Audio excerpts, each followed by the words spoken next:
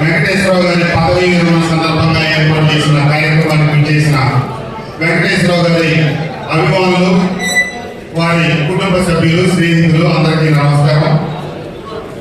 అక్కినేని వెంకటేశ్వరరావు గారిని 2019లో మైలవరం శాసనసభ్యుడిగా అప్పుడున్న గడ్డు పరిస్థితుల్లో నేనే డీఈగా తీసుకోవడం జరిగింది.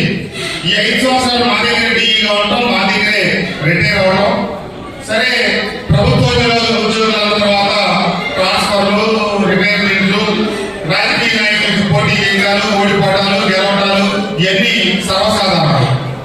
కానీ వయసు రీత్యా వారు రిటైర్ అవ్వచ్చాము, కానీ ఆయన మానసికంగా కావచ్చు, ఆయన శారీరకంగా కావచ్చు, రాష్ట్ర ప్రభుత్వానికి ప్రజలకు సేవ చేయడానికి అన్ని రకాలుగా ఇంకా 10 ఏళ్ళు ఆయన అన్ని రకాలుగా ఫిట్ గా ఇబ్బంది లేదు. ఈ రోజు ఆయన రిటైర్ అవటం ఒక శాసనసభ్యుడిగా నాకు నష్టం, నా నియోజకవర్గానికి నష్టం, కృష్ణా ఎన్టీఆర్ జిల్లాకు నష్టం, ప్రభుత్వానికి నష్టమే చెప్తే వారికి వ్యక్తిగతంగా వచ్చే నష్టమే లేదు. ఒక 35 సంవత్సరాలు 40 సంవత్సరాల సుదీర్ఘంగా ప్రభుత్వానికి ప్రజలకి నిబద్ధతతో నేను కింద నుంచి పైకి వచ్చిన తర్వాత ఇక్కడ పార్టీలు వ్యతిరేకంగా అందరూ నాకు ఎదురయ్యారు.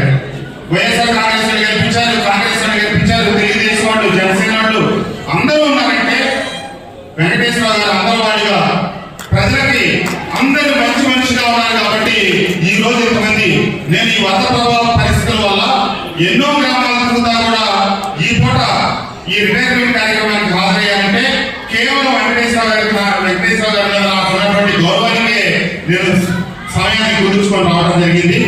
ఏమైనా మీరు రిటైర్ అవడం వెంకటేశ్వర మా నష్టం చెప్తే మీకేం కాదు, మీరు ఇంకా మరి కొంతకాలం ఉండాలని చెప్పి ఆ భగవంతుని కోరుకున్నాం. కానీ ప్రభుత్వంలో ఉన్నటువంటి ఫార్మాలిటీస్ ఇవన్నీ మిమ్మల్ని మేము రెగ్యులరైజ్ చేయించుకోలేకపోయాం కొంతకాలం.